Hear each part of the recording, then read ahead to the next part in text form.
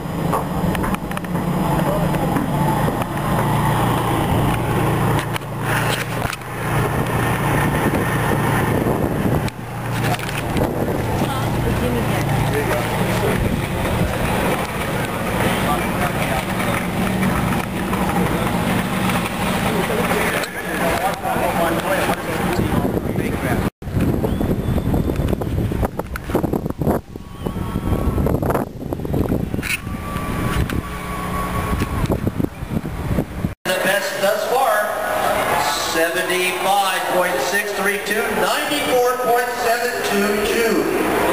next up to qualify, Giant Mountain Dew National Guard 711 Chevrolet, your winner last week, Dale Earnhardt Jr. For Dale Jr., 12 starts here in Sonoma. Best finished 11th on 3 certifications, still looking for a top 10. Best qualifying effort was a 3rd in 2007, but that is the only time that he has qualified in the top 10 here.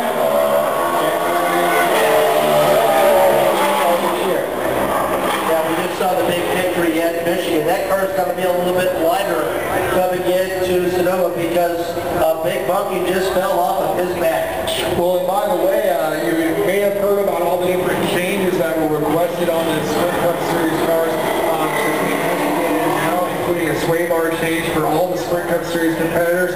And I believe it was Kevin Harvick that speculated that that may have had something to do with the setup on Dale Earnhardt Jr.'s car. It was kind of a reaction to that. They maybe had found something on that sway bar. I'll tell you what, Dale Jr. really locked it up coming down there into 7. You could hear him squeaking the tires all the way up here into 8. He's trying to make up for it, but like we've seen with Greg Niffel in qualifying, like I said in the past with Jeff Gordon, just because he's squeaking the tires is not necessarily an indicator that it's a slow lap. It could be a very fast lap. Well, second in points is Dale Earnhardt Jr. and boy, would he like to come out of here with a quality finish.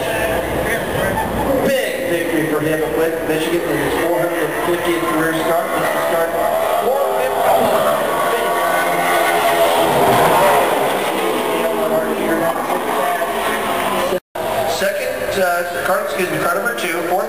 75.995, speed 94.209 for Brad Keselowski. Next up out of Bakersfield, California, flying the Ring cars this afternoon on Highway 29 Ring Chevrolet. This is Kevin Harvick with 3 careers on the finishes here in Sonoma, Steve. Indeed, best finished a second in 2007. Best qualifying effort here was a third in 2006. Harvick, of course, was the 1998 Canadian Pro Series West champion. 2005 Nationwide Series champion. Best point finishes in the Sprint Cup Series was a third in 2010 and last year in 2011. Still looking for his first win this year. A pair of second place finishes at Phoenix and at Dover. They only have one finish outside of the top 20 though. It's been a very good, consistent season so far for Kevin Harvick. So far, the last 6 weeks he hits the top of the hill in turn 3A.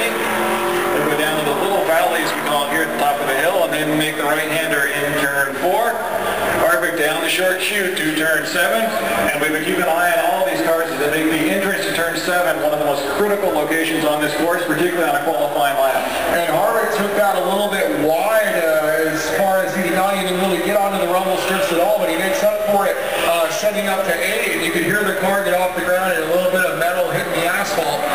He makes his way down the hill. Entry into 9 and sets up 10.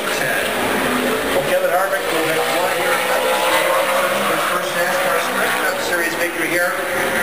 And in my opinion, he is due. This may be the time for Kevin Harvick, set to make career start number 410, 18-time winner. Great racing.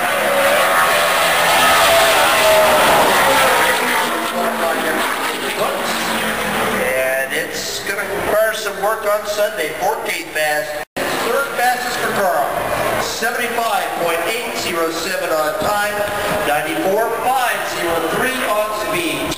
We're working our way through the closing stages of qualifying. This is the car that was 12th in practice. The FedEx Ground Tour for Carl Denny Hamlin. And Hamlin had his best qualifying effort here last year. Indeed, his best finish here was in 2009 when he finished 5th, and he has 6 starts here at Sonoma. So far this year, it has been a pretty darn good season with wins in Las Vegas and Kansas, 7 top 5s, 1 pole at Montana.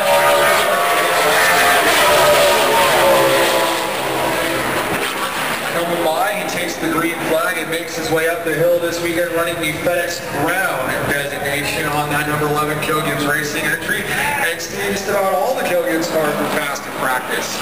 Yeah, indeed they were. Denny Hamlin keeping the car glued to the ground as he heads up to the top of the hill here in turn 3A. Hamlin is one of those guys, we were talking about Matt Kenseth, Hamlin's one of those guys that the term smooth, economical, and consistent tends to apply to. And this looks like it might be another one of those smooth, economical, and consistent laps for Denny Hamlin. Yeah, the way he approached 7 was just on that in-between fine line. He did get onto the rumble strips, but nothing too aggressive, very aggressive into turn 8. And man, that might make for some good footing on the sprint engine. That was some aggressive running here through 7 and 8. I don't know how much credit that Denny Hamlin gets on the wider national stage. Together some magical years. 19 wins now, 73 top 5s for Hamlin in 238 starts. Folks, that's nearly 1/3 of the time this guy has ended up in the top 5. Now, 7th fastest on the grid, 76.062 on time, speed 94.199. A very, very important weekend for the Double D's